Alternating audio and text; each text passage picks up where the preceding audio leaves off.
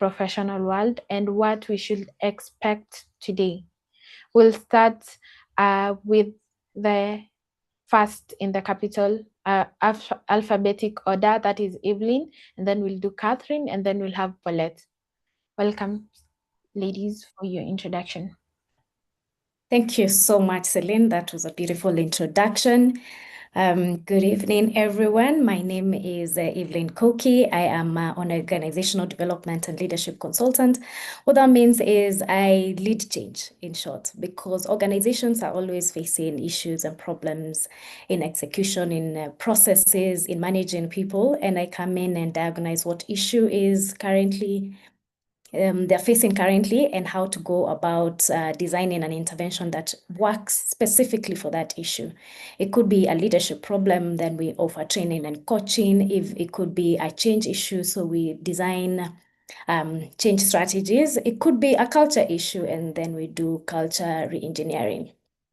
When I'm not doing that, I love writing, and that's how I'm here. Writing is my passion, and change is what I do professionally. So this book combines two of my most interesting and work life. And when I'm not writing, I'm also teaching children. I love teaching children in church mostly, and mentoring young girls, because I believe because we've been given, you have to give back. I am not here because I am incredible. It's because a group of incredible people have always held my hand and guided me through multiple transitions of change. And I believe it's our duty to give back to the society. When I'm not doing that, I love hiking, I love traveling, I love cooking a lot. So that is me in a nutshell. It's so good to be here. Thank you so much. Thank you so much, Evelyn, for that. And one thing you should know about Evelyn, she's not a first-time author. She is already a published author of the book called Self-Sabotage, a very marvelous piece. You should all check it out. Thank you so much, Evelyn, for coming back and doing it for a second run. We'll have Catherine introduce herself next. Hello, good evening, and I want to greet you all. Thank you, Celine and Zion Publisher, for this opportunity.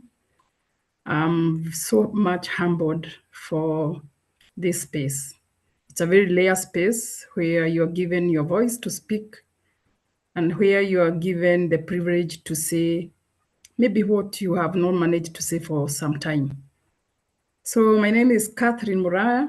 I am an educator, an expert in education. That's my profession. I am teaching, but as a consultant. I have other titles. I am a social entrepreneur, actually an award-winning social entrepreneur. I am an innovator. I'm running a project on innovation. I am a speaker. I think this is the time I'm trying to establish my niche on speaking, but I know I'm a speaker, I'm a motivator. I teach at the teenagers because I teach, or young adults because I teach at the university. Currently, I'm teaching at Kenyatta University, and I interact so much with the young adults. And besides teaching, I engage in climate change solution project. That is where now I got the title of award-winning social entrepreneur.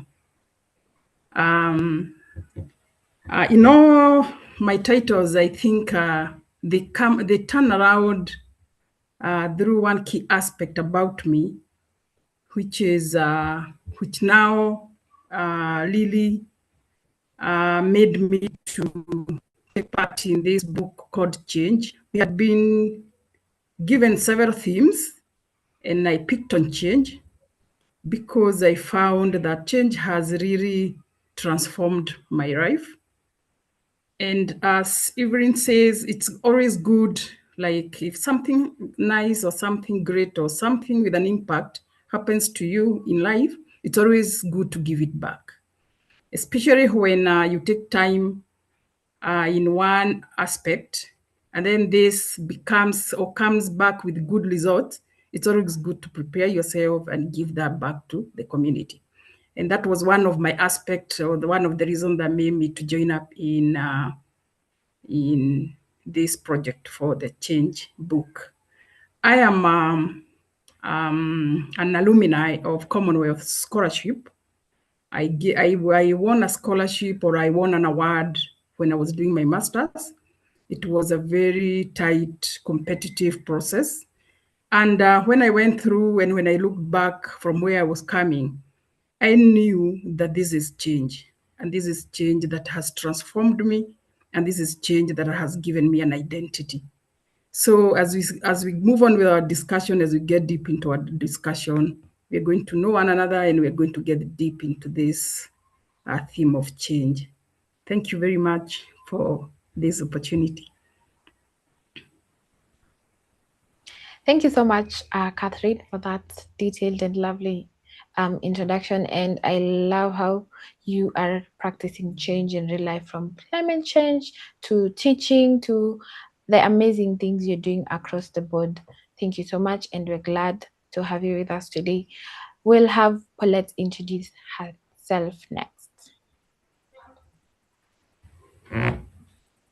Thank you, Celine, and it's an honor to be among these distinguished ladies. I'm Paulette Juma. By background, I'm an accountant, although I've expanded in terms of my professional work. I do currently lead operations and the country office at IAVI, based in Nairobi.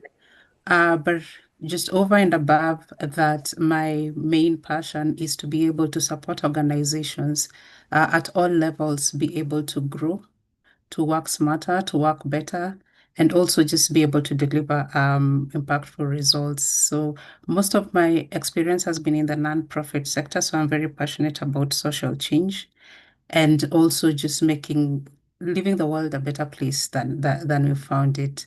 Apart from that, I do also run a company together with a group of other ladies where we do consulting and investment, mainly targeting the development sector to be able to support, just based on our experiences, to be able to support them, whether it's monitoring and evaluation, system strengthening, capacity strengthening, and trainings, to be able to help them just set up systems that are able to support growth and are able to support sustainability as far as they work.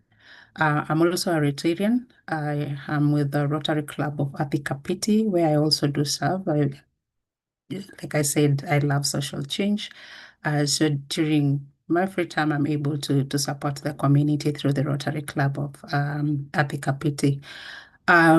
I'm also passionate about reading. I do love reading. I love growing my mind. And this was a challenge when the opportunity came for me to be able to join these wonderful ladies in writing about change.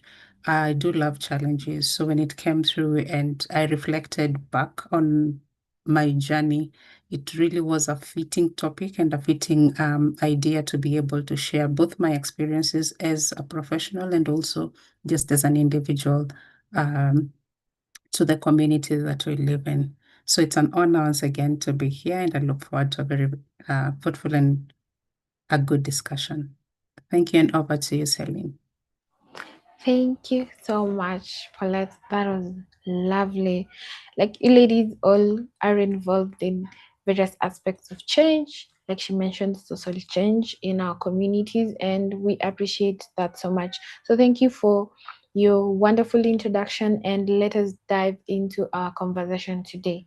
We'll start by getting to understand what is change. And Evelyn, to you, I'm seeing that change is no longer an occasional event, but a constant necessity in the current world. What is the biggest mindset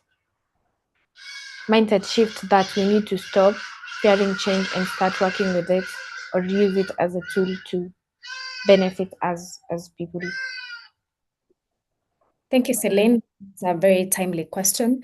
I'll start by a quote that was given by the current IMF managing director, and she said that uncertainty is a new normal and it is here to stay. I always hear people say, when are we going to get back to the new, to normal, to normal?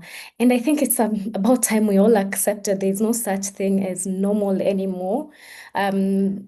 It's because we are living in a world that is constantly changing. In fact, there's a term for it now. It's called VUCA. VUCA means we are living in a volatile, uncertainty, ambiguous, complex world where we will find so many crises converging at once. We have geopolitical crises, we have climate change, we have technological changes, we have, and even as a human, we are evolving. And so to think that we can get to a place where we are back to normal, it's not going to happen. And so this book is so timely. We need to have these conversations now on how we can normalize change, institutionalize change, get to a point where me and you can be like, okay, I may not even know how tomorrow is going to turn out, but I need to work on the things that can be a constant. And that's where now the mindset shift comes in. You'll find most of the time leaders are afraid of change. Ask any leader and be like, no, this is how it always worked. It's always been working like this. So why change? If it's not broken, why fix it? People are so afraid of change and for good reasons. I'll not diverge a lot about what we've written in the book because I want all of you to go and get the book. But there is a whole lot of how our brain works is that we are all afraid of change. Brain loves automation. He loves habits. He loves knowing this is how something is going to go because it means less energy. It's like a machine. But when you introduce change, you need more effort. You need to consciously and intentionally keep it afloat and keep following through. And so you'll understand why your brain will fight change. And so now once we have those conversations and once you know that, now you can intentionally know when you feel resistance, it's not about this thing is bad or good. It just means it's your body reacting to how it's supposed to react. When it comes to leaders, we have to move now from taking change as a project. For the longest time, change has always been a project. You bring in a consultant to do change for this particular, if it's culture, if it's leadership, if it's teams. And once that project is done, the consultant leaves. Now that can no longer work. We actually need to have, it's been called Change Transformational Office, where we have someone responsible for day in, day out change. And for leaders as well, you need to move from the fact that change is not how do I put it? Like change is it's no longer working, or that it's not a fact of life, and it is a fact of life, to the fact that you have to have it steward. Bring in people who actually now carry the change throughout. And I mentioned the office, but also you need to shift in communication. Before, when change was not a constant, we would have one line of communication. We will have top-down most of the time. Now you need to use informal channels of communication to make sure you have champions, to have ambassadors, people who are in the informal lines of communication, but they can pass the message through for you as a leader. Additionally, you need to move from control to stewardship. That's the point I was trying to remember. You can no longer hold the reins and say, this is how it's going to go. You have to be flexible enough to hire the right people who you can delegate change to, and they'll be able to carry the meaning and the mission of the vision of the company while change is happening. Because at the end of the day, you need that constant, which for organizations is values. It's a mission, it's a clear why the organization exists, so that even when the change is happening, they're grounding, the organization is grounded, essentially. Now, I'll transition to individuals because we are also going through change. And the one mindset that we all need to change is that change is a bad thing. Like I said, it's your brain telling you, it's your brain absorbing more energy to take a task or to complete a task, but essentially it's no longer your identity being threatened, because most of the time we react like that when you feel like your identity is being threatened. Like there's a change in your workplace and you feel that this change is going to take your job away from you or your status at the workplace. And so you need to ground your identity on other things. We should move from titles to values. What are your values as a person? What makes you wake up in the morning? Not your title, not what you do, but who you are as a person. Now, when you have that solid and grounded, and like I always do, this is where I bring God, then it's easier to navigate the changes that you will find in your situation, in your environment. But if you're not grounded, then every slight change will create chaos, because you're so attached to how things are and the title you have and the status that you have, that anything that threatens your core being. I don't know if that has answered your question, Celine.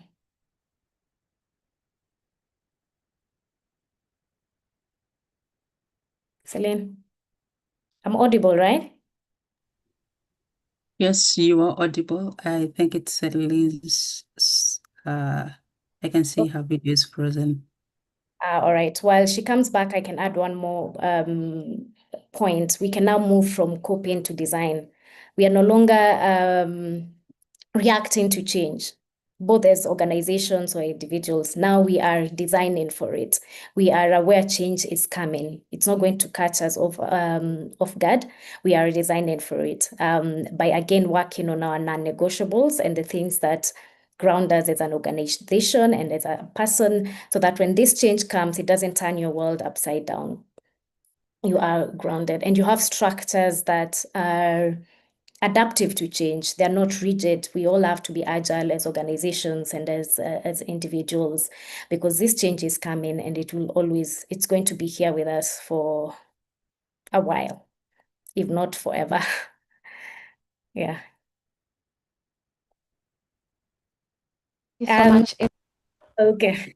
Sorry for that technical error, everyone. Something that's beyond our control. So, as Evelyn has explained, we should pivot our mind from thinking change is an interruption or a project to thinking it as a skill that we can steward with our own values, projects, and skills that we have. I hope you can hear me. Yes? You're something how to describe. Yeah, What is there's something on your audio. Not quite sure what the noise is, whether it's the speaker or just background noise. Let me just give me a minute. Sorry. Is it okay right now, or it's still there? Same noise.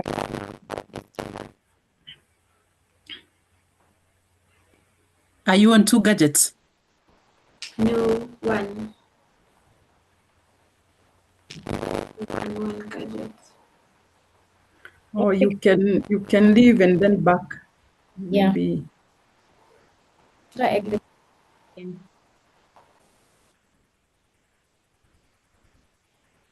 All right. As she comes back again, I can talk about something else that affects, and I think most of the ladies, it's perfection, thinking that the fact that I'm not good at this.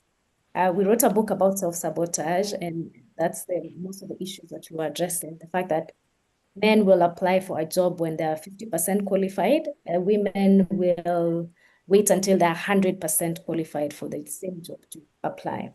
We yearn for perfection. We want to get everything right. And if there's something this change and volatile environment we're living in is teaching us, is that we cannot live like that anymore. There's no such thing, perfection or perfect circumstances or perfect moment. We need to just momentum. With change, you have to make a decision with sometimes very limited information. Like we said, we are in an environment that is volatile and complex. and ambiguous. So you'll need to make change. You will need to make decisions rather with very limited information. You need to be able to believe that and follow through. And so affection is no longer a thing. Now we cannot even aim for it. It's no longer there. And so, yeah, whatever situation we find ourselves in, we need to go from perfection to progress. Now that is my new motto these days. Yeah, I may not get it 100% right, but I am going to make progress no matter how small it is. Yeah, Paulette, what's your experience with change? You said something that it's kind of funny. Every time, so we say change is constant, but then everybody says, when will it go back to normal? Which is which is a strange way to look at it, in that we say this is it, this is life, this is how it's going to be. But then at the same time, we still want to go back to where we were before. And yeah, I find that to be strange, if not, I'm just looking for a diplomatic word for it, and I can't find that. On the one hand, we have this cliche that change is constant, and then on the other side, like, oh no, things were better. Can we go back to, or just saying this is the new normal? But if this is the new normal, then that means this change is constant. If change is constant, then why do you want to go back to where you've been? And yeah, I do agree with you as far as us and our thinking, and always wanting, our brains wanting to default to what we know, what was familiar, which unfortunately leads, more often than not, may lead to stagnation and not a forward movement. Yeah. Thank you so much, Paulette. I'm trying my audio again. Yeah, it's better. Yeah, it's okay. Thank you so much. Sorry for that inconvenience, everyone. As Paulette was just speaking, change is often described as constant, and people are asking, when will you go back to the previous situation? And I'll just reiterate what Evelyn said. This is the new normal. Don't expect to go back. Take it as a new set of living, and this is the new normal. So we'll just head on to Paulette right away. You describe change as something we experience from childhood, right? And I just wanted to ask this: did those early experiences shape your confidence in navigating it later in life? Thank you, Celine. Yeah, I mean, it's just speaking off of what we've just been saying about change being constant. It means from whatever it is time that we're born, change has been happening. I mean, we look at, when you have a kid, you're looking at their milestones. Are they able to hold something? Are they able to follow your finger as you move it around? Or if you pass a color, are they able to follow with their eyes and see?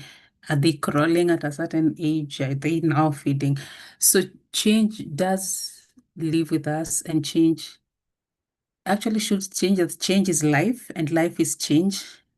So we're told that the brain of a person just grows fully at about age 5. And now you can imagine, I'm looking at it as this big space with nothing in it.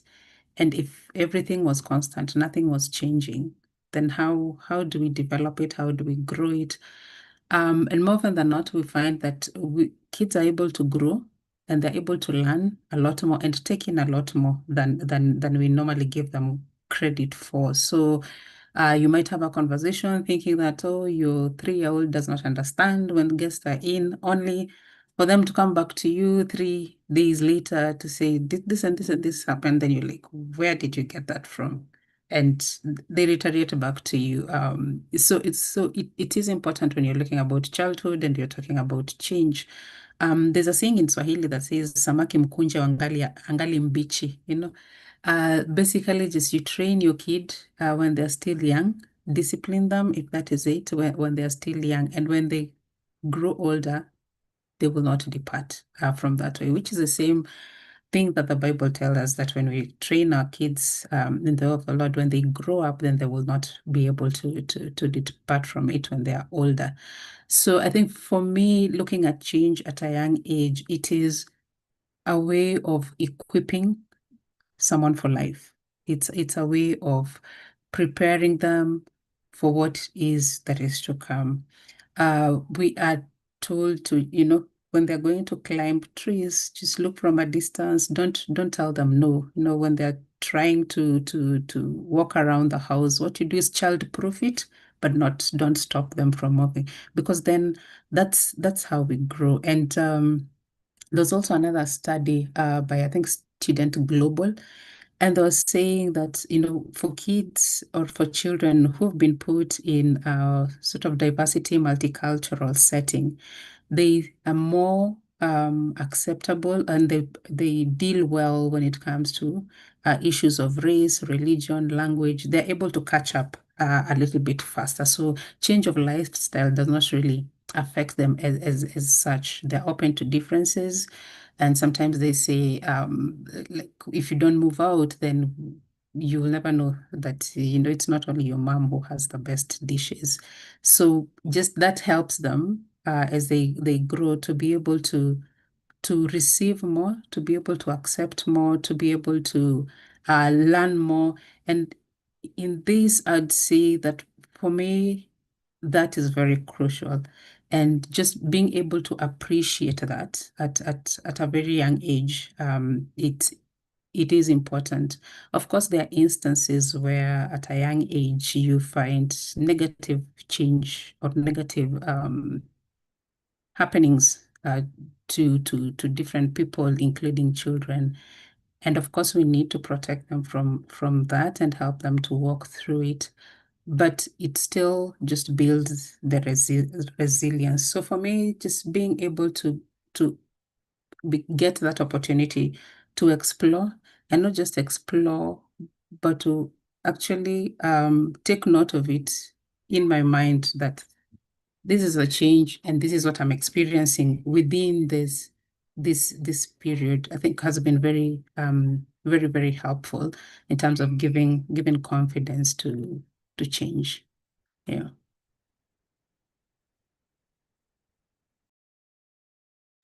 That was so lovely, Paulette, and it is so incredible how our younger selves were already building those resilience muscles, like you said, equipping us for the coming days when we grow older. So it reminds us that change is often training us before we even know it. And this leads me to how when we experience change, it often strips titles, accolades that we have. And this goes to Catherine. How do we rediscover who we are after those titles have been stripped? How do we rediscover who we are without losing our true self? Thank you, Serene. A change, as the other speakers are explaining to us, is constant. So we ask ourselves, when will this change end? If it is an awkward situation, you argue it out, like, when will it ever end? So I look at change as from an angle of transformation. I say that within change, we are transformed, or we give opportunity for transformation. And my perspective for change is where, as I become transformed, my identity changes in that sphere, and I become. So when I get to the level where I say I become, it is at that level where I have gone through a lot of changes. I have been transformed. The changes may be for me or not for me, because at every stage of life, as Paulette is discussing the childhood, so at childhood, we identify several aspects of life. When we are cautioned, we are alert on the situation, the prevailing situation. I term that as a change. We move on to teenage. We experience a lot of different life. We are moving from childhood to teenage and then to a young adult. So there are so many experiences. So to me, I take those as changes, and I capture a point that if we transition life without taking note of what is happening to us, and what is happening to us is the change, then life becomes quite a challenge to us. But if we mark every stage, we move as a child, we mark the stage. We move to teenage, we mark the stages, we mark the change. That is the kind of a transformation I'm saying. And as we go through that transformation, we know now who we are becoming. So we attain our identity. So if you look at the titles, I will discuss the titles like at childhood, what are people calling me? We give children many names. I had a son who I was bringing up who was mischievous. So if it is in the wardrobe, he would hide in the wardrobe, and then you'd search for him for 1 hour, and then you'd wonder, where did this child go? So what name would you give such a child? You would call him mischievous. So you find that you call him mischievous. Today he enters in the wardrobe, tomorrow he will want to do something else because he identifies with that which you call him. But this is where I'm saying that I look at change in these aspects so that I'm able to impact our children at all levels. So he goes to secondary school. When I took him to secondary school, he was also very mischievous. And I started changing the title I had given him and started now changing it. And I saw he has also started embracing it. But you see, not many people will know that now this title of being mischievous is one that I need to drop. So when you recognize what is change, what changes are happening in your life, you map them out, and you ask yourself, who am I? So who am I is what is your identity. So if, for instance, you are a young girl who goes to the university and maybe you get into early pregnancy, you know, getting to the university at the first place is achievement. So that girl had achieved. We know the percentage in our country that get into the university is a very small number. So that girl is an achiever. But the minute she gets into such a role or such a sphere or such a space, what is she labeled? She is labeled differently. In the village, she is labeled differently. In class, she is labeled differently. So how does she transition now to being a student in the university? How does her role now become authentic? Because she is a student. So I go back to what was her identity before she got to the university. So this girl had values. She had strength, she had resilience, and that is exactly what remains. So even though the titles are stripped, the title of now you are a mother, now you are not a student, the values, the strength she had acquired during her childhood remains. So this is the way I look at change as transformation. So there's a book I was reading called A Fighting Man. And the book says that if you cannot change the situation, then change yourself. And that author tells us that every situation you get into, you can change it. You can change it by being, by anchoring on who you are, what you have consistently become. So that is an example of a girl in the university. I would give an example of a woman who has gone through her career ladder, and she becomes like a CEO. 1 month, 2 months, 1 year in the position she is, things happen and she's sacked. These are things that are happening every day. So what is her identity, or what does she become, or how does she deal with this change? So the woman had values, the woman had strength, the woman had resilience. So that title is gone. So does the woman also go? No.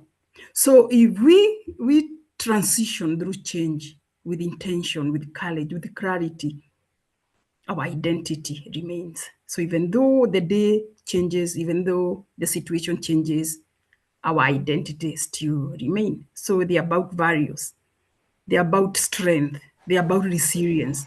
And I argue them that the resilience, the strength, the courage are born through our life experiences. How is your childhood like? How is your adult life like? So like when you get into a change that you cannot deal with, there's what you can, there is what you can go back to. So the titles, the laws, as Serene asked, if we lose it, we have not lost our identity. So I speak to the teenager, I speak to the women, that our identity are still there. Let's take note of every key milestones in our life, and then let's package it so that is what we go back to when change comes. Thank you so much, Catherine, for reminding us that we as people are not labels and titles attached to us. We must therefore know our identity so that in seasons of change we do not lose ourselves. And I believe everybody is in agreement with this. And now that we have understood change, let us speak about the journey of resistance, fear, and reinventing yourself. And I'll just go right ahead and start with Evelyn. When with new things often come resistance, right? And hesitation, definitely.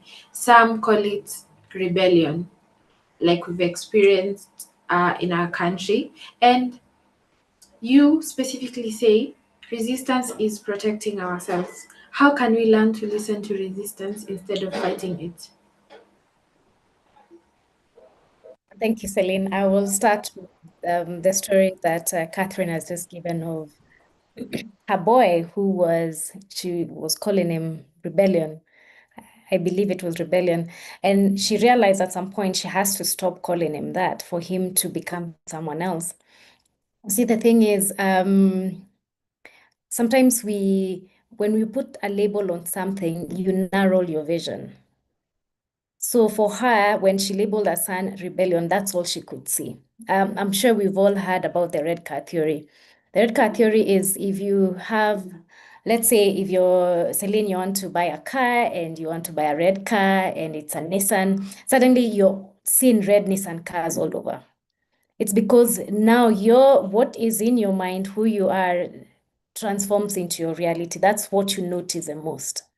And so if you as a leader, once a change is taking place, all you see is resistance. All you think that people are going to resist. We know about the theory Y and X leaders who think that people are inherently bad and others who think people are inherently good. So if you think people are inherently bad, you will see resistance as rebellion or defiance. But if you believe people are inherently good, they're outliers in each case. You will see resistance as someone trying to protect something. You see, we forget that in the process of change, there's loss. There's loss of identity, there's loss of status, there's loss of what I have known my life to be up to that point. And for you to navigate change well, you have to acknowledge that loss. I believe if I had known this, I would have made very different choices in my life. of people in my life who I wanted them to change, and I would insist, change now. Why don't you change? This is good for you. For instance, let's say you have a friend who is an alcoholic, and everyone can see alcohol is not good for them. But we all want them to change. But how we are going about the change is, it's not right. We are telling them, you need to change now. We are not recognizing sometimes that maybe there's something in their life that they're trying to mask with that alcohol. And once you acknowledge the lost part of resistance, not just seeing it as a bad thing or defiance, but seeing it from the lens of every change requires someone to lose something, to let go of something. And that something could be an identity they've had for a very long time. Then it becomes very hard. So number one, acknowledge the loss. And then examine yourself as a leader, or realize that the labels that you've put on people or on event, it's going to influence how you see them. So keep an open mind. Come into the situation with an open mind. If someone is resisting or asking questions, be curious enough to ask, what else could this mean? There's something I read the other day, and now it's becoming my motto, is instead of getting furious, get curious. Don't get furious, get curious. So if someone is resisting change, ask, why are they resisting change? Ask themselves questions. And so we see it in, like, for instance, if there are so many questions of why is this happening? Why now? Then you realize it's an identity issue. You've not clarified the change very well. So you go back to the drawing board and start the case for change. Be very clear on why change is happening. Now, if you find people asking questions of, this leader did this in the past and it didn't work, then you realize then it's a credibility issue. Then probably appoint someone else, another leader, to take the change initiative. And if it's a credible leader and people they trust, a leader they trust, then they'll be able to take the change. If you find so many questions of, we don't have time, we don't have tools, I don't have the skills, if all the questions are along those lines, then you realize it's a capacity resistance issue. Then now you draw strategies to equip people with the right tools, with the right knowledge and skills to navigate the change. If you find people are like, oh, we've gone through this a lot. We changed yesterday, there's something we changed about processes yesterday, today we are changing something else. You realize then people are fatigued, because we're only humans. You cannot introduce so many change initiatives at once. So you have to phase them out. And when people now get tired of, you realize there's fatigue, then you slow that down. You phase the changes initiatives out, you give people time to recover, and then the resistance will go down. Something else that we also need to look at as leaders when we come to change is, have you created a safe space? Is the organization a psychological safe space where people can hear their views out? Because most of the change initiatives stall not because the strategy was bad or the technical bit was bad, but because that people got to a point where they're not safe enough to speak about the issues. So let's say, for instance, that there is a change that has been introduced. Maybe this CEO or the senior management comes out with a change initiative. The line manager knows very well this is not going to work because he's the person on the ground. But because the environment is not safe enough for him to speak out, he keeps quiet. So what happens is he will go for meetings, he will not agree, support the change in theory and in meetings, but when it comes to the actual action in the change, he's not doing it. And probably he's not doing that because he realizes this is not going to work. And he realizes it's not going to work, but he cannot speak it out because the environment is not safe enough for him to. And so we drag out change initiatives mainly most of the time because of that. If as leaders you create an environment where you bring all the people on board on the table and everyone is safe enough to say, this is not working and this is how we should go about it. We should change this aspect of this strategy. Then resistance reduces. The more you do not do that and the more you drag it out, the more it becomes very difficult and the more resistance increases. And now again, you'll have more problems working on it or introducing the change initiative or institutionalizing the change initiative because of the many resistance and the many forums where people are not safe enough to speak on why this is happening. Thank you so much, Evelyn, for that detailed process. And you've mentioned a few keywords like wise, going back to the drawing board, and getting another approach. And with those keywords, you lead to what you're going to discuss next. That is rerouting and pivoting yourself towards a different way or how to do things. So this goes to Paulette. When talking about rerouting and pivoting yourself, how does one personally know when it's time to persist, remain in the same old ways, or when it's time to change and pivot towards something else? Thank you, Celine. And I'll just pick it from where Evelyn left it. And she spoke about the mind and, like the red card theory, where you, because now you're looking forward to a red card, and all of a sudden, you walk around and there are red cards all over.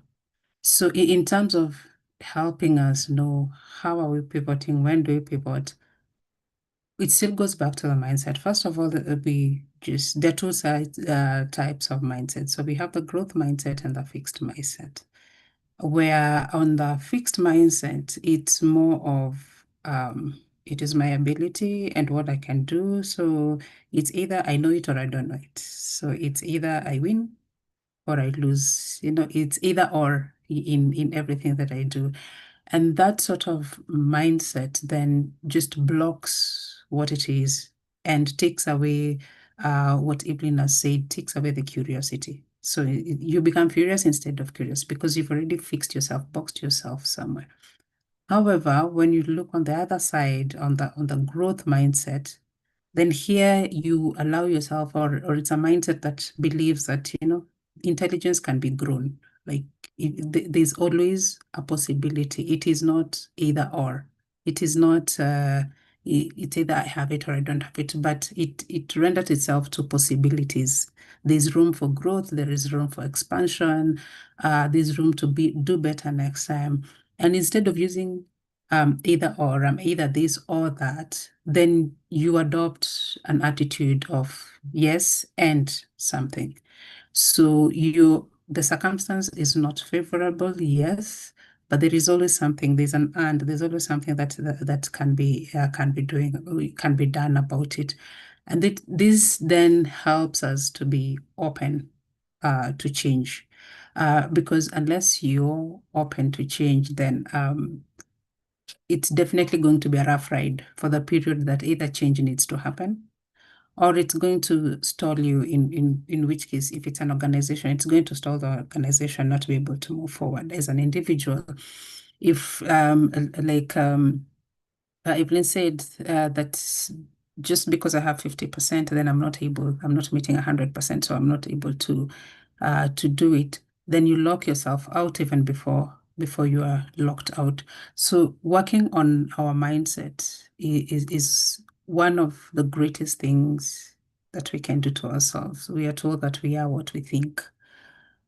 So how we think and go through about our thought process is really crucial in terms of determining, first of all, are we accepting the change for us to even start rerouting, to even think that there is a possibility to reroute in the first place. And then just tied to the same is just our decision making. So we have decision making where we can do based on data, where you have data, you analyze, and then you're able to do, okay, this is the trend, or this is what has been happening. Possibly, if I use the same extrapolate, this might happen, and all that. And of course, there's also the intuitive decision making, depending on the circumstances. You're like, okay, if I see this intuitively, I know that this is potentially the results, and just being able to know how and when to apply this. So when should I just act on my instinct? If I look at an opening, should I say, okay, I'm not qualified for it, without engaging the analytical part of my mind and just say, you know what, just looking at this, I'm not interested. Or do we just say then that, okay, I do not look qualified for this, only 50%, but the other 50% I am qualified. So, I mean, why not? Why not try? If I don't get it, then I'll be able to learn something, or I'll be able to know which areas I'm supposed to work on. And even as organization, it's then we'll be able to know, like, is this a path that you want to follow? Is this a possibility? Because also in terms of growth and sustainability and success of organizations, just like for individuals, it's not a straight line. There will be twists and turns, ups and downs, but ultimately, the most important is that we know what the focus is, or we know what our why is. In which case, we know we can move to the left, to the right, but that is the goal which you are pursuing.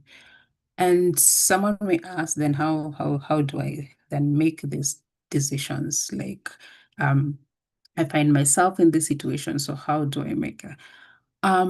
The best thing normally to do is to make a decision before you need to make a decision. That for me is normally very helpful. That try and have a growth mindset, an open mindset, where you're able to look at different things at different times and be able to be comfortable to see both the pros and potential cons. There is nothing that is perfect in this world. So being open in terms of, if this is the scenario that the organization has, if we have, for example, our product is not moving. So instead of just saying, no, we have to sell, we have to sell, we have to sell, or we have to cut, and cut, then you're able to go back and say, no. In this case, there is, based on data, we are able to move up to this point, or we are not able to completely move. On the other hand, just based on how the market is, what has happened in the past, we feel that there's potentially something happening here. So we are both using our intuition and the data that we have to be able to make a decision. And this is, we need not do it when we have to do it, but we need to do it earlier. And this we do step by step, and it doesn't have to be as rigorous as having always to have a meeting of decisions like how do we make, but how on a daily basis, just looking back and saying, what is it that happened? Okay, what did we do about it? What would we have done different about it? Maybe the situation has already passed and you let it pass. Something else comes up. But as you look back and see at this pattern that you have, you've been practicing making some small decisions so that at the end, when there's a quote unquote a big decision to be made, you've already practiced your decision-making skills and are able to say, okay, this is how it happens. So I think there's a possibility for me to reroute and move this way. Or on this one, I need to wait it out, give it maybe an hour, give it a month, or even give it a cycle. I'm assuming hypothetically, if you had invested in the stock market and you buy it today and it looks horrible, and you ask yourself, did I look at the fundamentals and all for the company and everything? But then again, you step back and also look at the environment, like, okay, maybe this and this is happening. So do I have to make the decision right now, or do I wait? So just being able to practice both in terms of a mindset, to make sure that in terms of mindset, you are having a growth mindset. And then how then are you making the decision? This will help you to know, now, do I need to move or do I need not to move? Or what are even the options that I have? Because sometimes change doesn't mean that I was going this way and I make a 360-degree and turn this way. I think in marketing, we are told if Colgate has a red box and tomorrow they put a red and draw a black line across. That's a different product. It's change. So with the practice that we make each and every single day, we are able to know when to pivot and how to pivot. Do we need to pivot by 10 degrees, or is it just 1 degree that we need to do? Yeah. Thank you so much, Paulette, for that. And you've mentioned that when we are rewriting and pivoting, we should also consider that we have more than two options.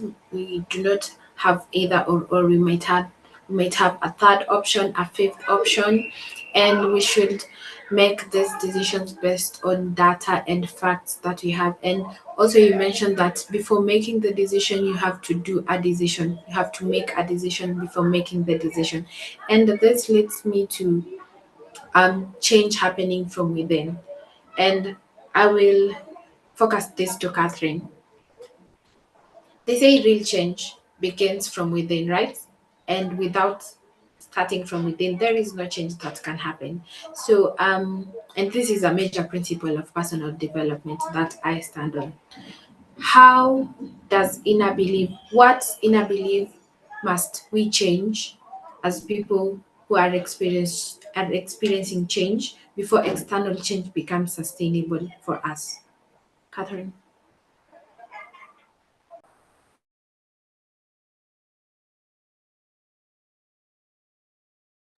And it's amazing. We are moving on well. The discussions are very informative, and they are also touching on different aspects of change. So we now look at it from a point of view of from internal.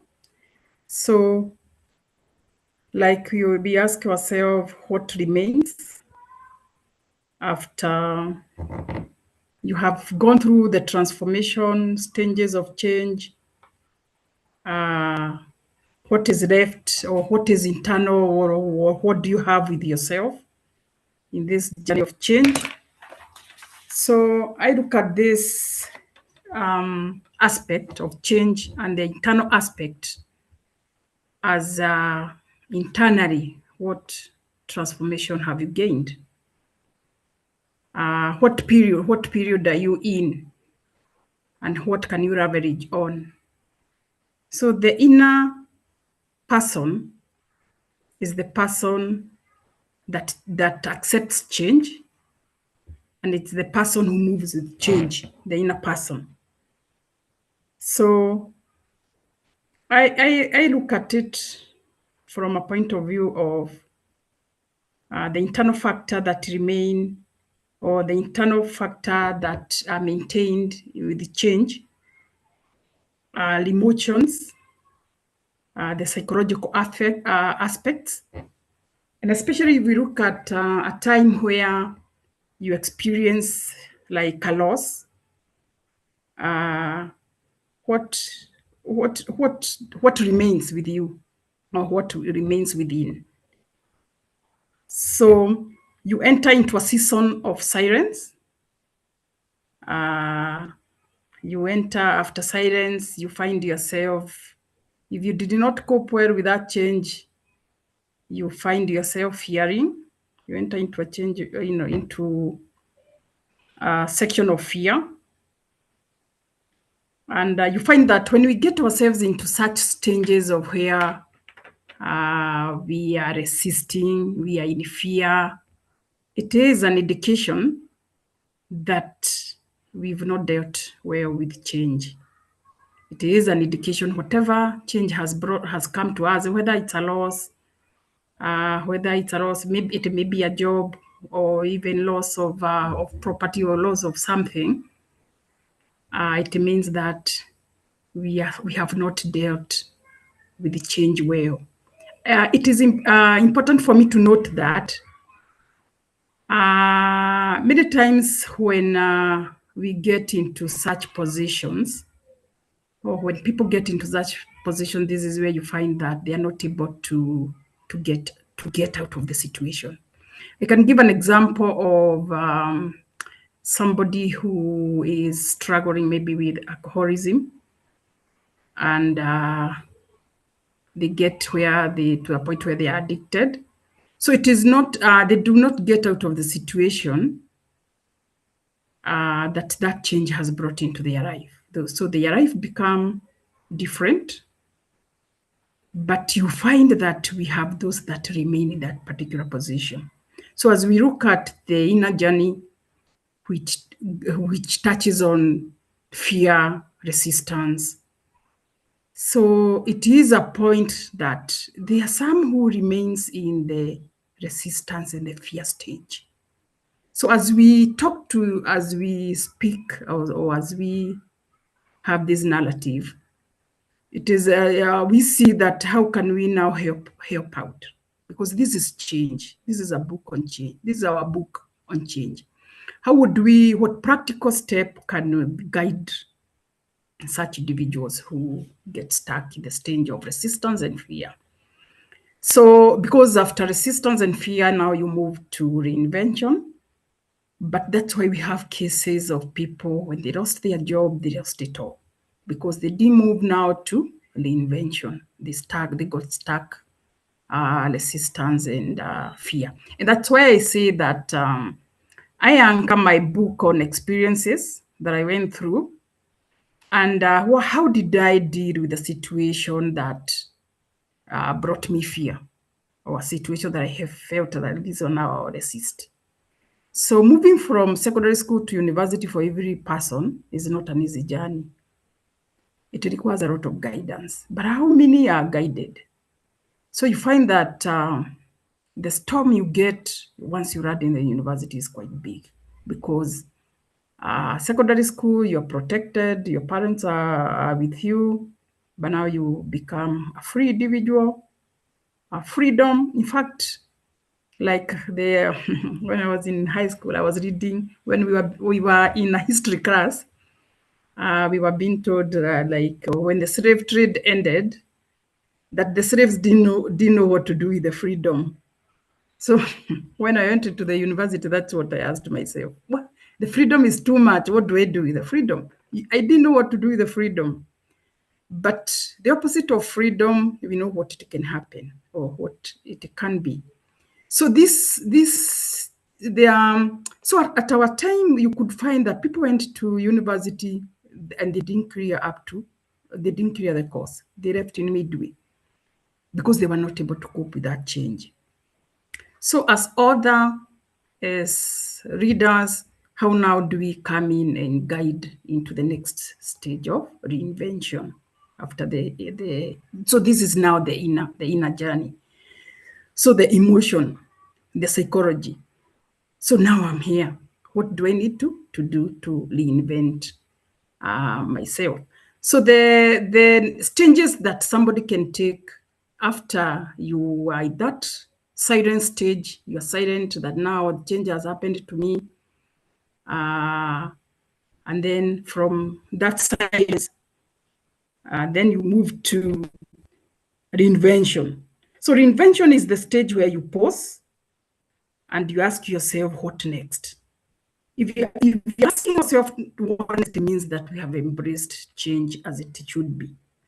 During this pause, you have the chance to reassess yourself, to reassess your goals, and to reassess your purpose. So reinvention doesn't mean starting over randomly, no.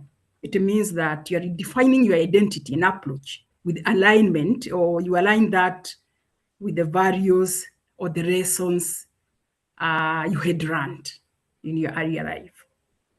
So the transformation now will come because you will believe that I'm not starting again. This is not a new journey. So you will come out stronger and more intentional, because this is what you're averaging on.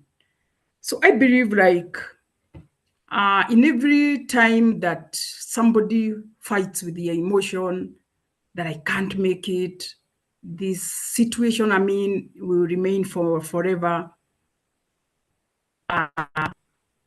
That is resistance. So we would call that resistance. But after you resist, that is where we are saying now you move to where now you feel that I have values, I have strength that I can leverage on to move to the next stage.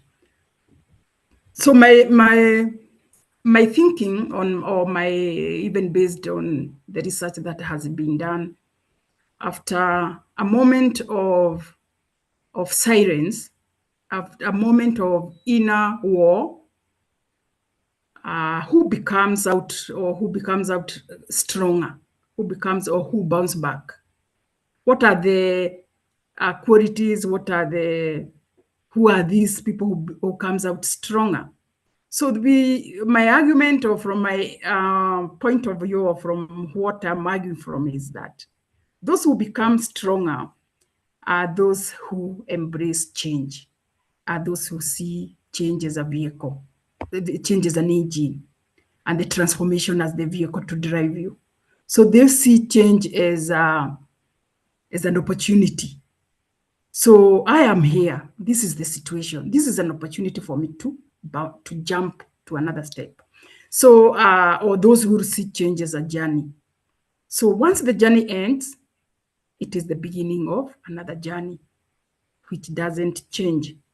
So that would be my point of reference, and the steps I would give, or the point I would give is that get into the period of silence, get into internal, get into the internal negotiations, negotiate with yourself, and then bounce back using the resources and the opportunities that you have built in your previous stages. So I would also give, for example, one of the resources, the emotional intelligence.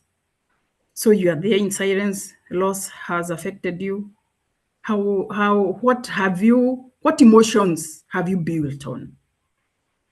So if you find that your emotions are stable, emotions just as value, you have stable emotions over time, that is a resource, or that is an opportunity you can leverage on. You find that in your early stage, of course, like now, if it's a loss of a job, you had built networks. So the networks you had built, use those networks as collaborations. These are just practical steps of bouncing back. Use your networks as collaborations, because we say our networks are the opportunity. So I remember at one time when I was crossing over from my teaching career to, there's a transition that I remained without employment. And I wondered what I would do next. So I asked myself, what skills do I have? And besides teaching, I knew I was a mobilizer. So I said, I am going to look for opportunities to mobilize. And how am I going to get the opportunities to mobilize? I'm going to use my network. This is where I'm saying, use your network as collaborators, so that they drive you into opportunities. So one of my friends referred me to Google. By then, Google was mobilizing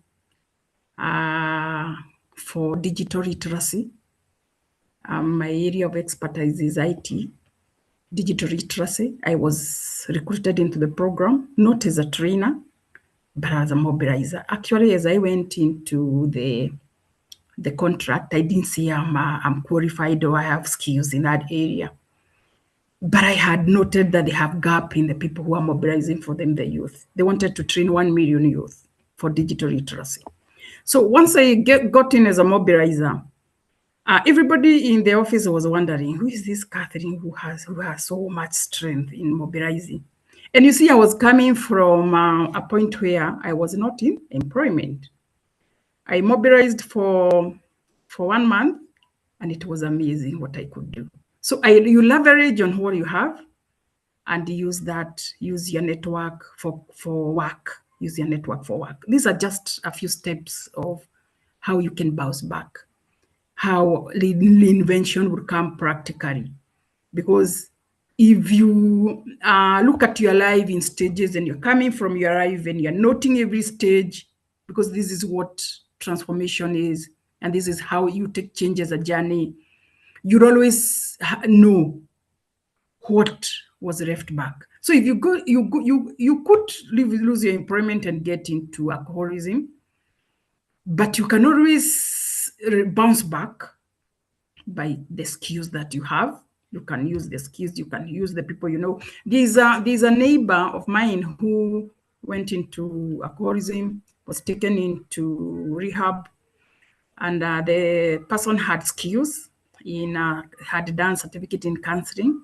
So once they went there, they started counseling as they healed. They started counseling, or my neighbor started counseling the people in the rehab. And by the time the person finished the period in the rehab, they were given some employment, some engagement. So you leverage on what you have been having or what you have built onto to bounce back, instead of remaining in fear, remaining in resistance. And this is change. And this is change, and this is how change can transform us in our lives. Back to you, Serene. That was beautiful, Catherine, and you have mentioned a few good insights. You have mentioned alignment, using the moment of silence to find your whys and find yourself and reinvent and get a pivot or a foundation. Because if you don't use that time to set your foundation through the change process to be solid, it is as good as doing nothing. And you've also said that people should pivot, and you've mentioned your network is your network, which is a common phrase in the corporate world. Your network is your network. So with the process of reinventing ourselves, we have to know the hows and how to move forward after reinventing yourself. And Evelyn is very familiar with frameworks like ADKAR and the Bridges model. And ADKAR stands for awareness, desire, knowledge, ability, and reinforcement. This is a model that guides through the change. It guides people and organizations through the change process. And for someone who is overwhelmed right now, Evelyn, what is one simple starting point they can focus on today? Thank you, Celine. There's something before I comment that Catherine had mentioned, and I was like, I've never thought about it as a strength, stable emotions. And thinking about it, I've realized how emotions have gotten people into serious problems. That now maybe it's about time we thought of stable emotions as a real skill or ability. I don't know. It's quite fascinating, because most of the time what usually brings us down in times of transitions is our emotions. You let fear run the show, you let anger run the show, and before you know it, you've made decisions out of that fear and anger instead of the real facts on the table. Catherine, that was really good. In fact, I'm just going to put a framework to what Catherine has said. You've mentioned all these models without actually naming them. For instance, ACA, Selena said it's awareness. It stands for awareness, desire, knowledge, abilities, and then reinforcement. And so when you're going through change, if you're very overwhelmed with change, and sometimes it can be overwhelming, is first name it. What change are you going through? Just acknowledge this is a change I'm going through, and give it a meaning. Why am I going this? Why does this matter to me? And articulate that. And then what is the smallest of steps I can take to make this change a reality? And then I'll begin from there. You can use model like this one. Now you start with awareness. Be very clear and aware of what kind of change, is happening to you and why. They say when you have a clear why, you can go through anyhow. When that's very clear why you're going through change, it's very easy now to go to the next step for that model, which is desire. Am I willing to support this? Am I willing to go the extra mile, or will it get to a point and I'm discouraged and give up on this change? After you've gone through desire, now you go to knowledge. Like I'm saying, I'm putting just a framework to what Catherine has said. Knowledge is, do I have the right skills? Do I have the right training? Do I have the right information? And if not, where can I get this information? Where can I get this training? It's also for leaders to be like, okay, if my people are, my team or our organization is going through change, and I acknowledge that we don't have the right knowledge and skills, now can we go out and get the knowledge? Can we bring in someone who will train them and equip them with the right skills to go through this change? After knowledge, now you go to ability. Can I actually do it in real conditions? Yeah. Because, they say theory, you can get it in theory, but in practice, it's a different, vitu kwa ground ni different. It becomes a whole totally different ball game. So get now to the ability part, do the practical bit. If it's impossible, then bring in a coach to take you through the process and bring in the right tools that you need or your organization needs to navigate this. And then finally, now you reinforce change, because we know change is very fragile. They say psychology says you have to do it, something, an habit or something, for 21 days before it is really ingrained. And so same with organizations, you have to reinforce that change. You can't do it 1 day, 2 days, 3 days and assume that change will stick. Have to go through the process of staying in change.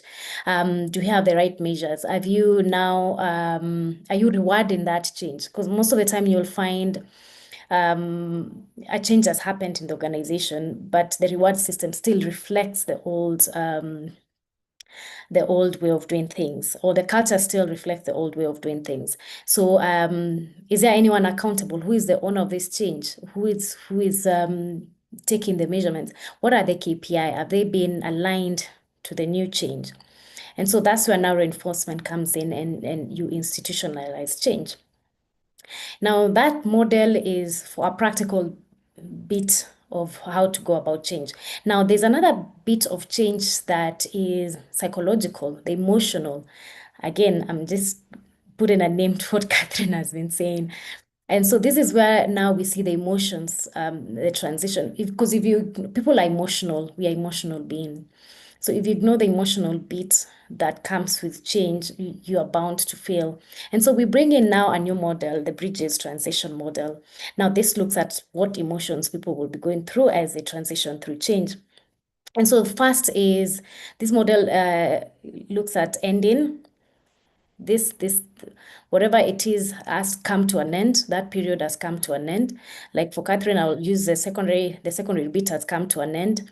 Then there's a neutral zone, and then now a new season begins.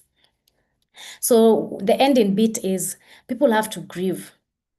I mentioned earlier, we have to acknowledge the loss part of change. So let people grieve. Have townhouses where people talk about how things were, how they worked, what they will miss. Let them grieve that what is coming to an end.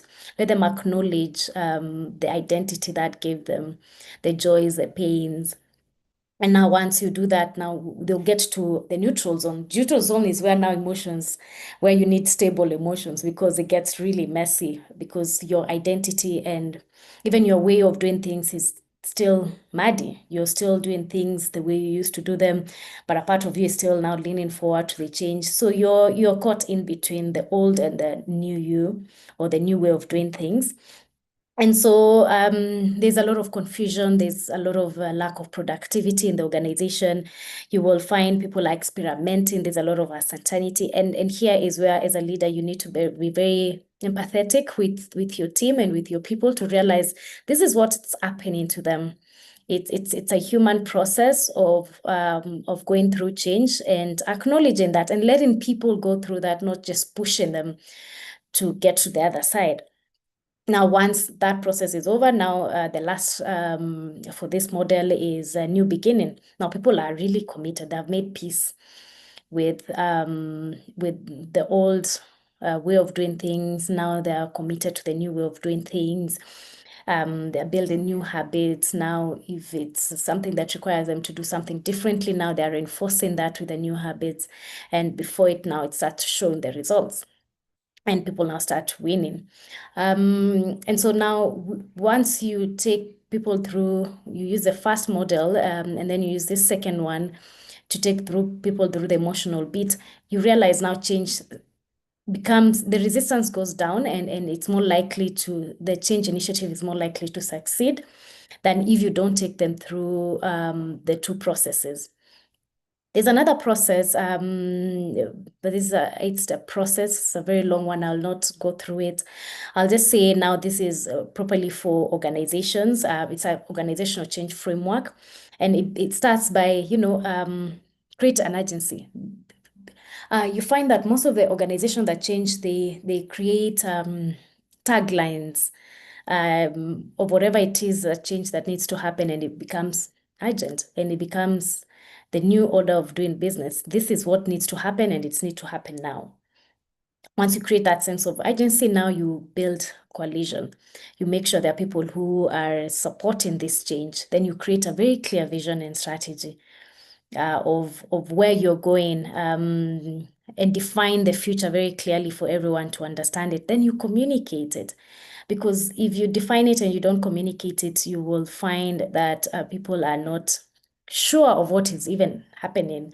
I've heard of consultants going to an organization and even asking people, what is your mission? What's your vision? Some people have been there for a very long time and they don't know what's the mission and the vision of the organization.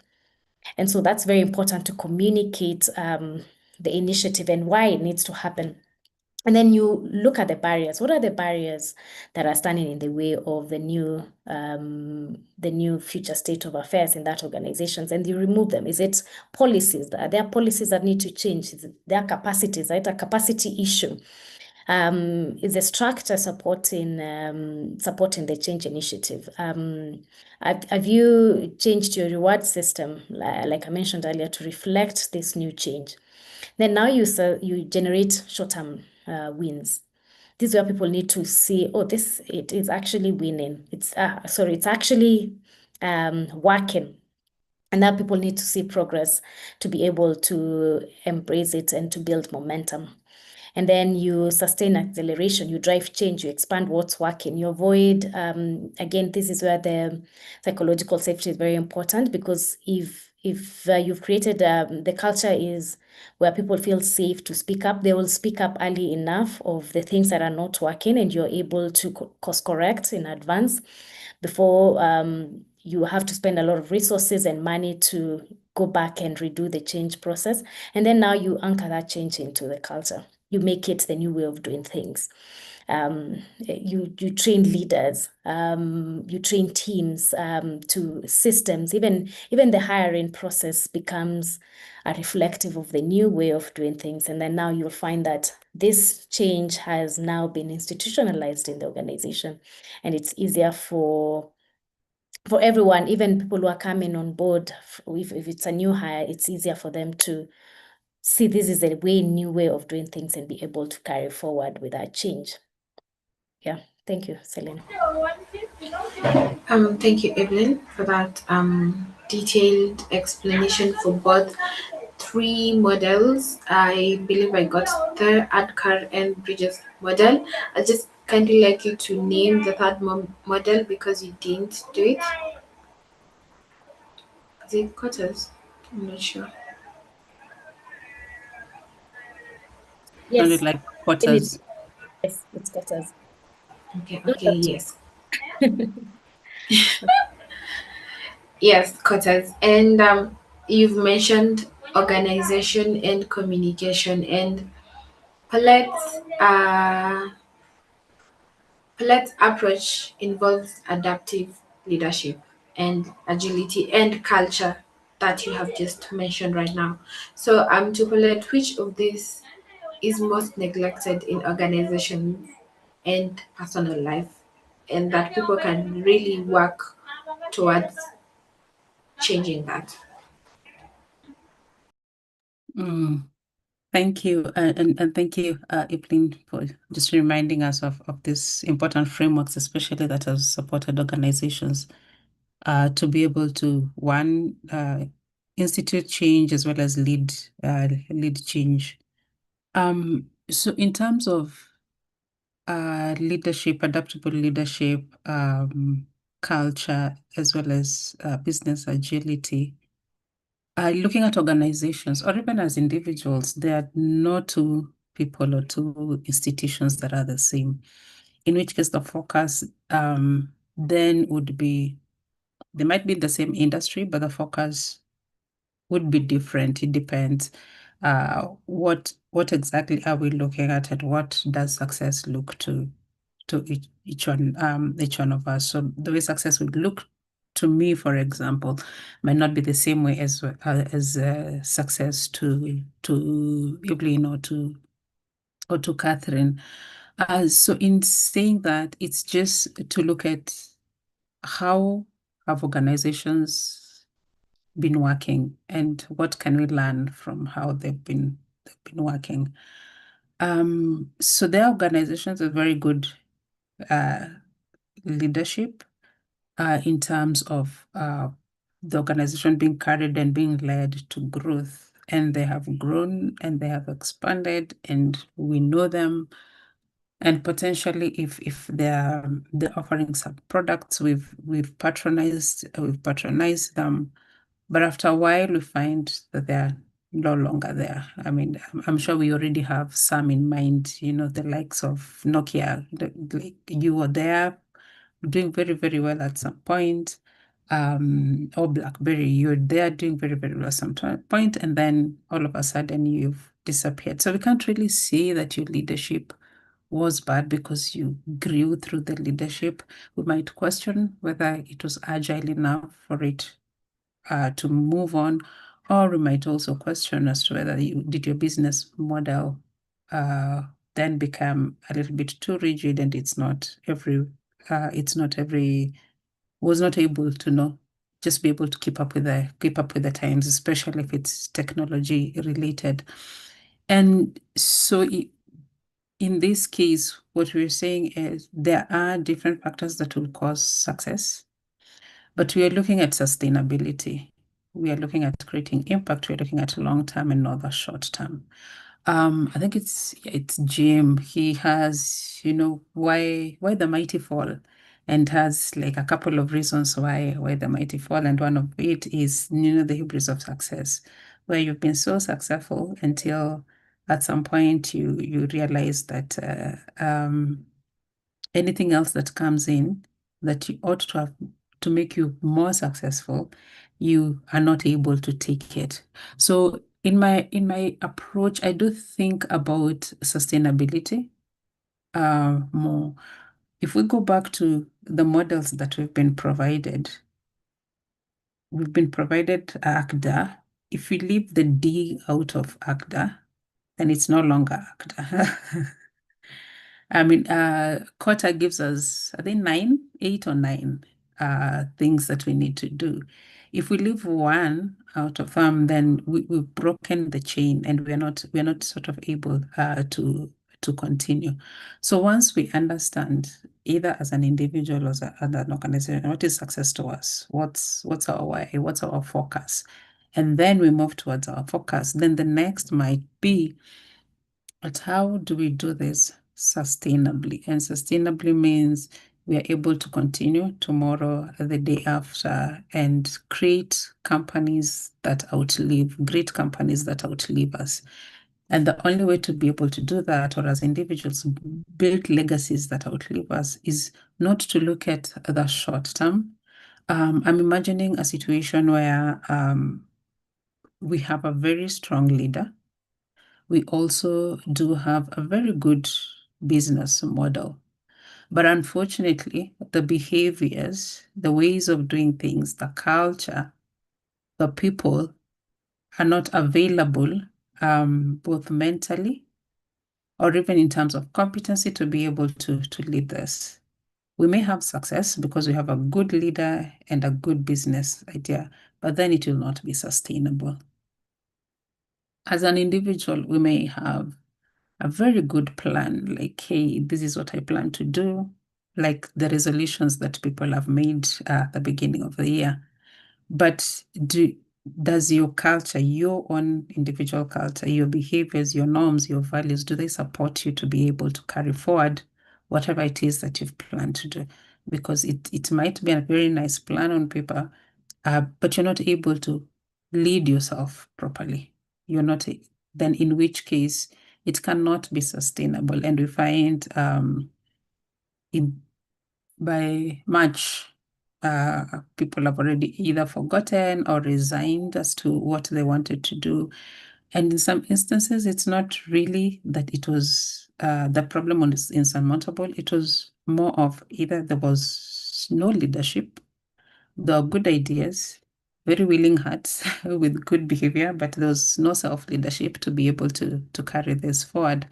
Alternatively, we had an idea that was so rigid that is not able to to stand the test of time. We're not able to move forward, and in approaching it in that in a three-prong format, it's more of the sustainability aspect. Like, if we want sustainability, are we going to cherry pick what it is that we want to do? Are we going to follow the straight and narrow and be able to achieve what we wanted to achieve? We can do two strings, which is fine. We can drop the D in ACTA, which is fine. But how sustainable is whatever it is that we are planning to do? So I'd say for sustainability, can we look at holistic? For long-term thinking, can we engage holistic thinking? Can we engage long-term thinking? Can we be ready to make the changes as and when they should be made? Can we learn that when it's time to reroute, then let us reroute? If it's time to pause, because pause can also be a change that you need to do. You've been moving, and you need to pause before either you pivot or pause before you continue. So I'd emphasize on having a holistic view in terms of whatever approach that you're taking towards being able to manage change as an individual or manage change as an institution. If you do not communicate, like Evelyn said, you have a good plan, you've enlisted supporters, but it has not been communicated, no one else understands it, no one else knows it, then there might be progress, but it will be a short-term progress, not a long-term progress. So I'd advocate for not looking at which is more important, how do I prioritize, but more of how do I holistically look at this? Because if you're saying you're going to prioritize, you're looking for which is the perfect one, but there is no perfect one. And it might be that you even need to combine quota and ACDA for you to be able to manage the change. So it's not necessarily that this is the only one that so I'd encourage and I'd advocate for more on, can we have an holistic view as far as managing change, instituting change, working and navigating change is concerned. Yes, thank you so much, Paulette. That was very detailed and enlightening from you. And I love that you mentioned sustainability, longevity, and how to maintain the change. So this leads to my question of thriving through change. And this is a roundtable question. We just take it right off with you, Paulette, and then Evelyn, and close it off with Catherine. How do we ensure that the change that we are reinventing ourselves to, and all the plans, like you said, you might start in January and stop in March, not because it wasn't a good plan, not because you're not disciplined or something, but it just was not sustainable. So how do we ensure that all this thrive and go on to live longer than our time in terms of culture, organization, and personal discipline?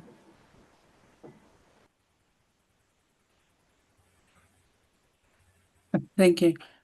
So one of the things is just ensuring that, and I think it must have been Evelyn who mentioned that whatever it is that you're doing, let's say as an organization, make sure that it is institutionalized. And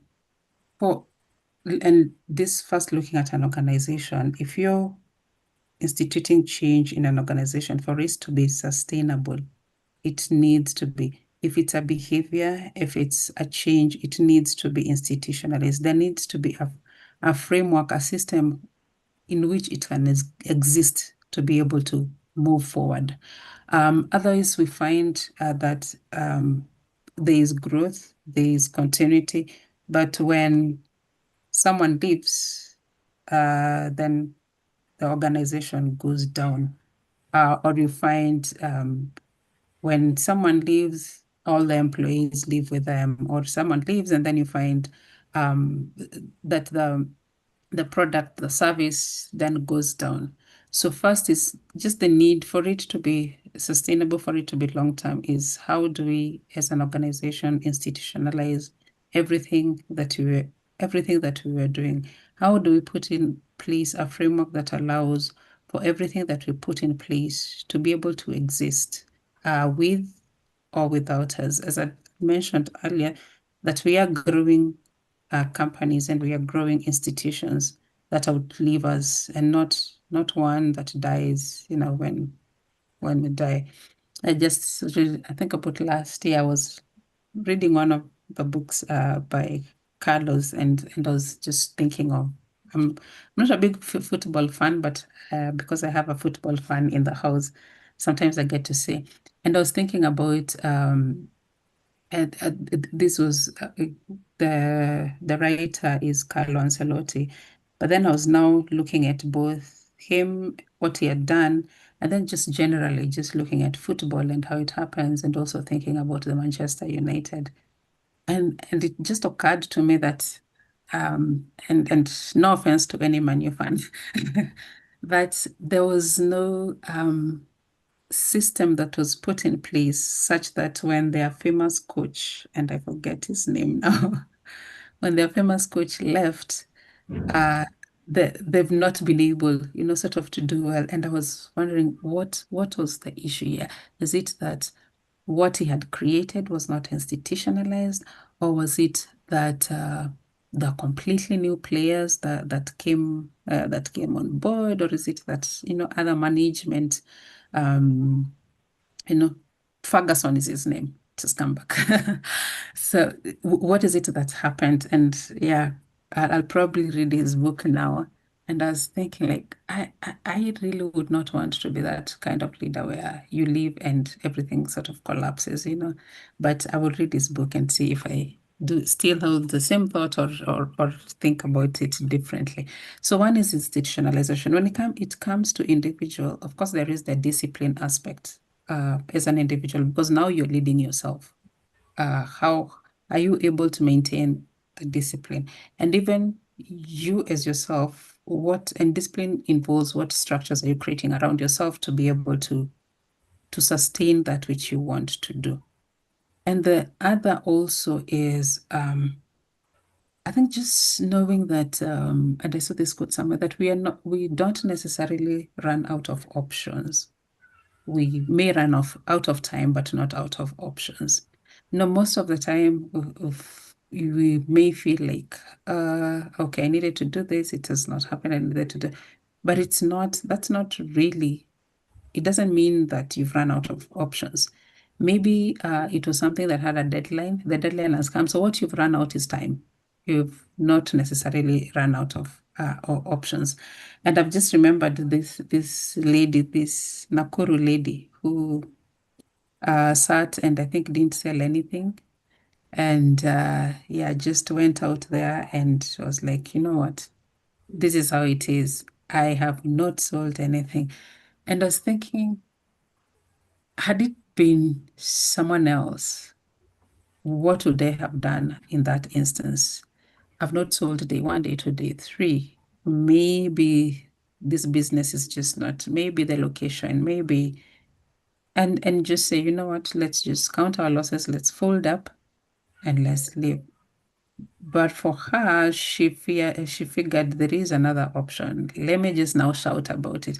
If I don't get the people around me to come and eat, let me just talk and call them and tell them, you know what, if you guys don't eat now, I'll have to shut down. So you'll find two people likely in the same place, but one is able to move on and be able to grow, whereas the other one is not able to. And this is just because this other one thought, okay, now I've run out of options. But that's not necessarily the case. They didn't run out of options. They probably just ran out of time. Maybe they had some payments to make, and yeah, so everything had to be taken. But there's always just knowing that there is always something that you can do at any one time, provided there is still time. There is always something that you can be able to do to change the situation or make the situation better or get into a completely new situation. Yeah. So I will stop there and see if my colleagues have anything to add. Thank you, Paulette, for that. I will move to you.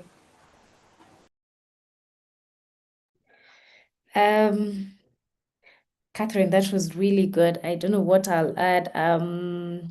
Maybe on the individual bit, self-leadership is very important. And just for the listeners, I teach or I coach on self-leadership because I've realized one of the reasons even organizations are not succeeding is because the leaders are not leading themselves very well. And so if we can start from there, coaching on personal leadership, then the whole organization would improve.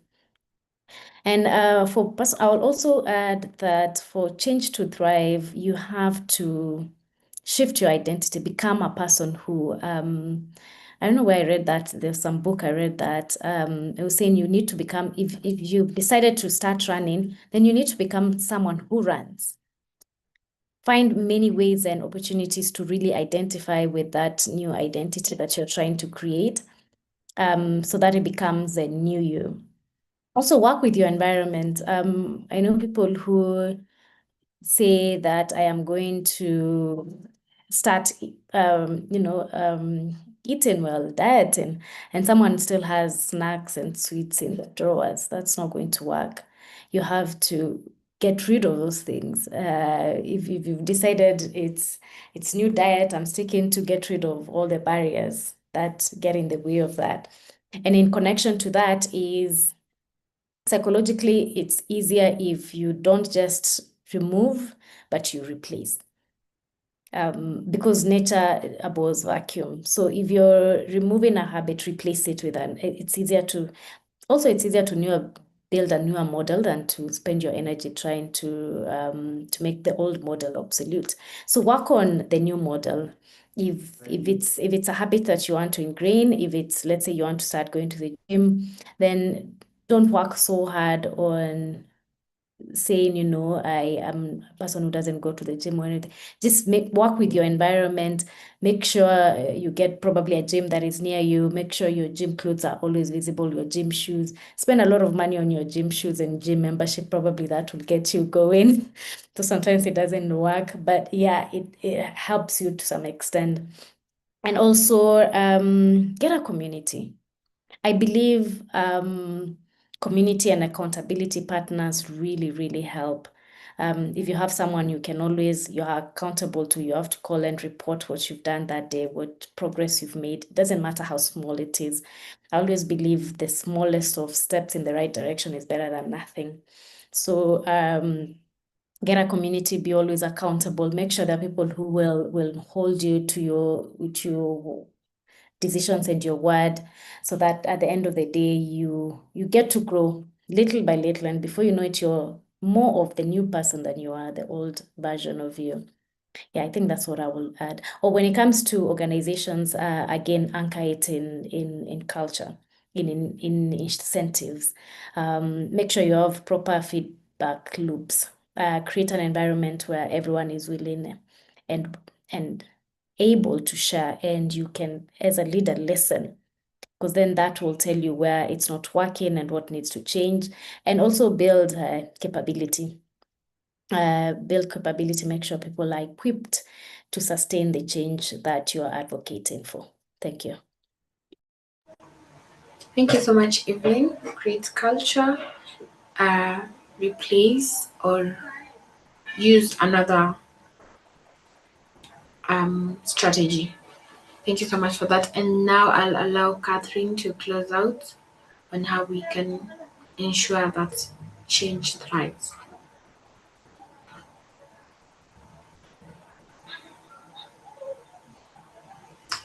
Catherine?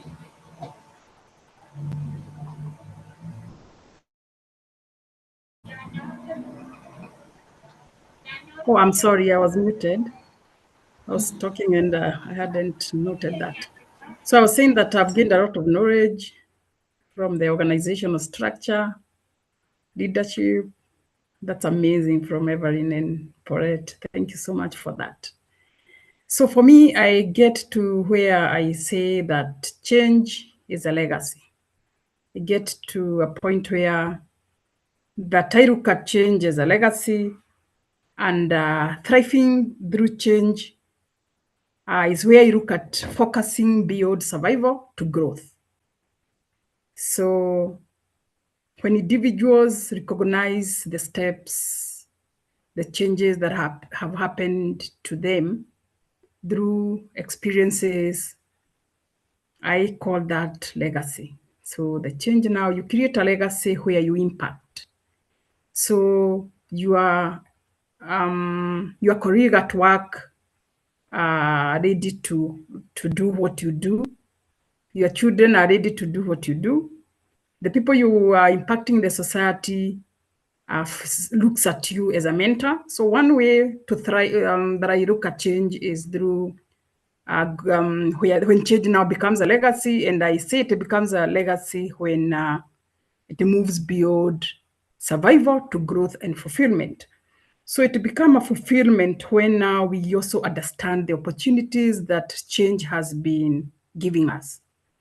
And we optimize on those opportunities, because now we get to where we are talking about that I have experience, I have journeyed through my life, I have experiences, I have gone through cultural beliefs, religious norms, gender-based norms, and I have been able to conquer all the changes that are coming within those areas that I'm identifying. So thriving is where now, for instance, if I can give an example, so many women who operate within systems that may be limiting them. So limits may come in form of policies, roles, platforms, institutions. You know, they are very. I'm giving an example of women, and they are limited with what I'm giving as an example. So instead of calling them limits, they get to a position where now this becomes a growth zone. It becomes a new zone. So they look at those policies, those orals, those platforms, those institutions, not as limit, but as systems that they can optimize. They look at how they can optimize the policies that are within the organization, the laws that are there, the platforms that they are given, the institution, other than looking at them as limits. So, and instead of talking about limits, you can now even look at the opportunities that are brought by those limits. And you thrive through optimizing those resources. So an example is position yourself where decisions are made. You know, if they are the policies, your organization is making policies, also position yourself where these decisions are being made. Advocate for inclusive structures. For example, if they are the platforms that are being used, you can advocate for inclusive structures and equitable policies, such that within institutions which may work for you. You remember a time where organizations started coming up with places where women could cater for their kids, like the areas where they can breastfeed. I think some used to call them the Kleche. So that initially that was a remit, but now after now you experience this change. Now you start optimizing these changes, and you leverage on them. They become opportunities, and instead of talking of gaps, you replace the word gap with opportunity, and it becomes a legacy. And it's followed by the members of your organization, members of your church.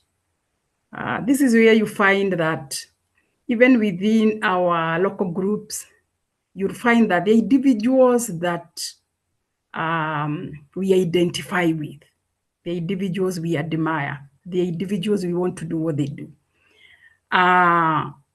they have embraced change. It's just that we can't mention, or they may not know what change is, but they have embraced change. They have grown with change, and now has become their legacy. And they're using all the opportunities that change has brought, and now they are thriving. So change, I see change as I have started looking at change from a very different perspective. And I'm also in the position where I'm feeling that since I interact so much with the youth, I'm in a position where now I can mentor them. I can take through them their life journey so that they get to the position of thriving. Because when you thrive, when you're at the stage of thriving change, you're able also to optimize the resources. The resources are those internal aspects, like the emotional intelligence that I had mentioned. So you're able now to leverage on that as an opportunity, as a resource, and it leads to growth. It leads to fulfillment. So that's what I would say, or that's what I would conclude. Back to you, Serena. Thank you so much, Catherine, Paulette, Eve, for those insightful and engaging insights. And I'd just like to give an opportunity to anyone who has a reflection, a comment, or a question to the panel. And I'll just take a look at YouTube and see if anyone might comment something before we have your closing remarks and proceed.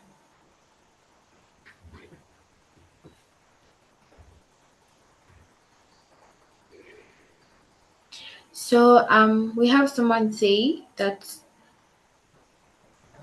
they have learned about the 3 models, which is the ADKAR model specifically, and they might try to use that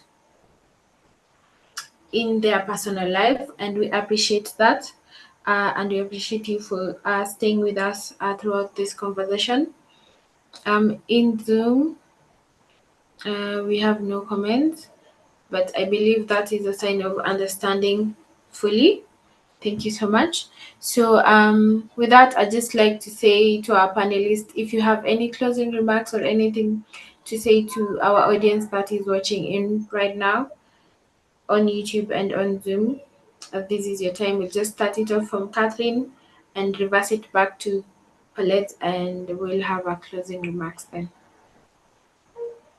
Yes, my closing remark is change is growth, or change is the engine of growth. Embrace it with intention and courage, or if you embrace it with intention and courage, it will drive you towards new possibilities, stronger resilience, and the life you have intended to live will be possible. That would be my closing statement.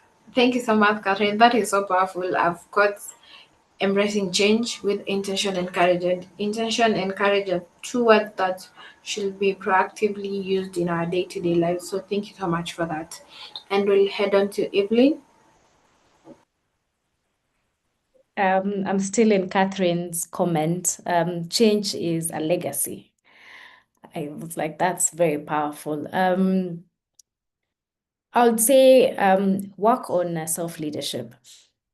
work on yourself, work on your values, work on building an identity that is not going to be tossed to and fro by change that will inevitably come. Ground yourself in who you are, why you were created. For me, identity, find it in God. And then when all these changes come in, you're able to proactively work at them becoming growth than instead of them reacting to them and becoming an hindrance, and for you now being distracted by them. I think that's for me, that's it. That's what I would say. Yeah, work on yourself. Thank you so much, Evelyn. And I believe in working on ourselves is a continuous journey that is never ending. You try to better yourself each and every single day. So that is really, really nice. We'll have Paulette. Thanks, Celine.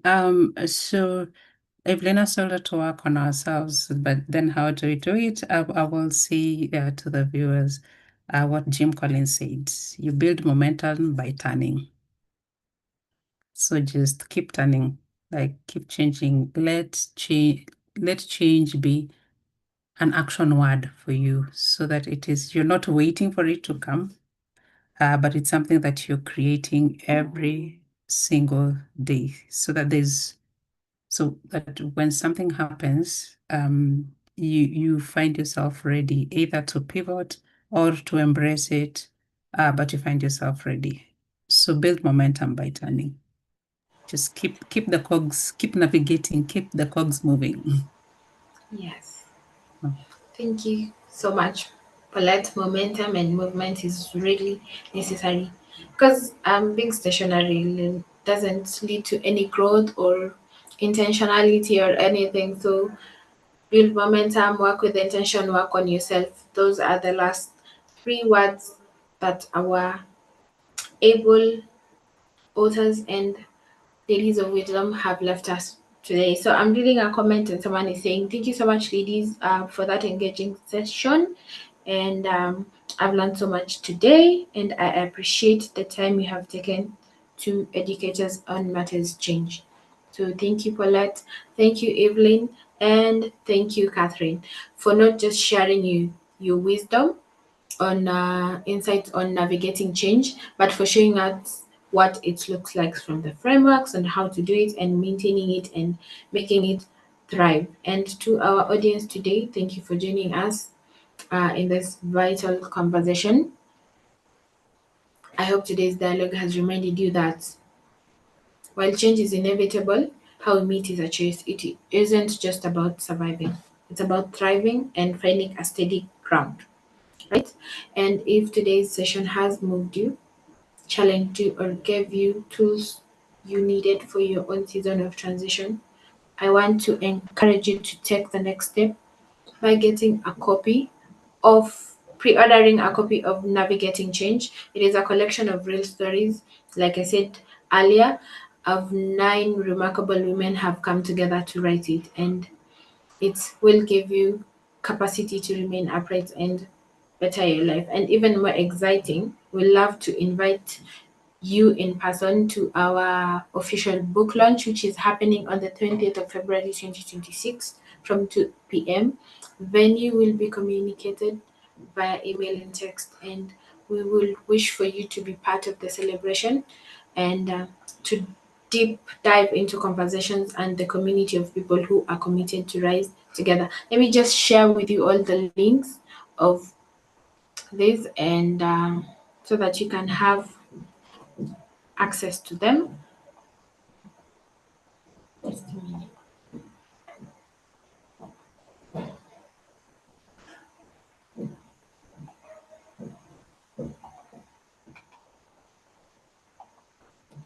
Yes, the link has been shared for both pre-order and launch registration. And